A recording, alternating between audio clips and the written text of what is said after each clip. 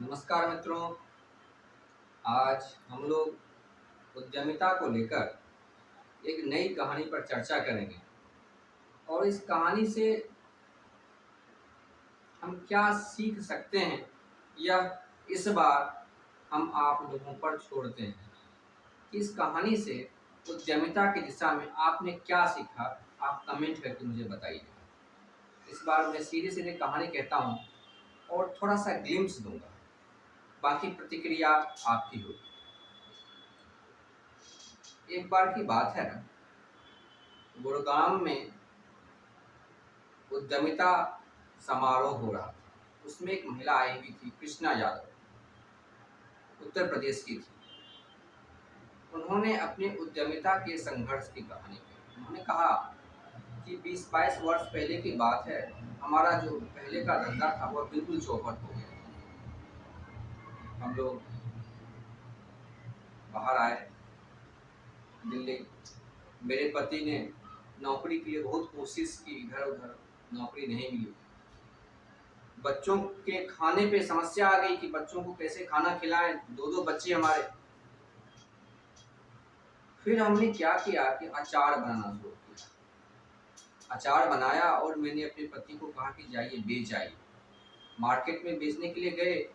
चूंकि अचार की पैकेजिंग अच्छी नहीं थी, बस अचार बनाया और एक पॉलीथीन में दे दिया बेचने के लिए। स्वाद तो अच्छा था लेकिन पैकेजिंग नहीं अच्छी थी, तो अचार कुछ खास बिक नहीं पाए।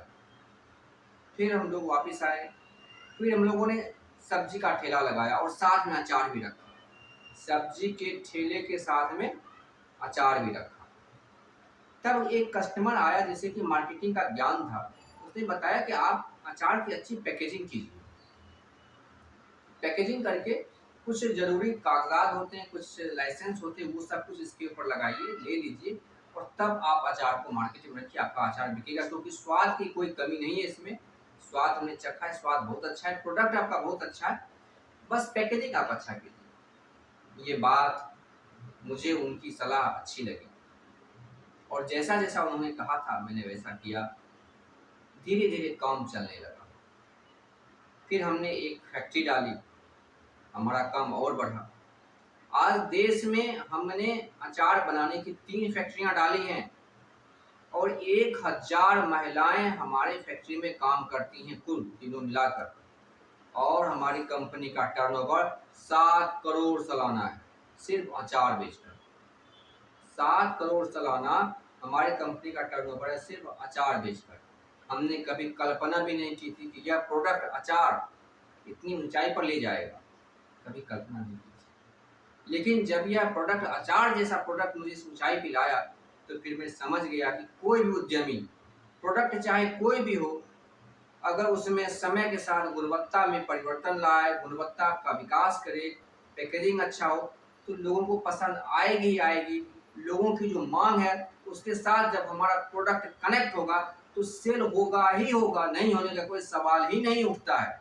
ये बात वैसी है जिस प्रकार से अगर तार को सही तरीके से बल्ब में जोड़ा जाए तो बल्ब जलेगा ही जलेगा, नहीं जलने का कोई सवाल ही नहीं उठता है। तो हमें करना यह है कि जो ग्राहक की, कंज्यूमर की जो मांग है, उस मांग के साथ अपने प्रोडक्ट को कनेक्ट कर देना है।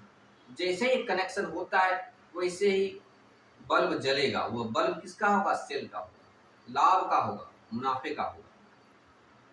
आशा करता हूँ मित्रों, कहानी से आपको कुछ सीखने के लिए अवश्य मिलेगी। इस प्रकार से सफल उद्यमी की और भी कहानियां मैं आपके लिए लाता रहूंगा। आपकी प्रतिक्रिया अपेक्षित है। बहुत बहुत धन्यवाद। आपका दिन शुभ हो।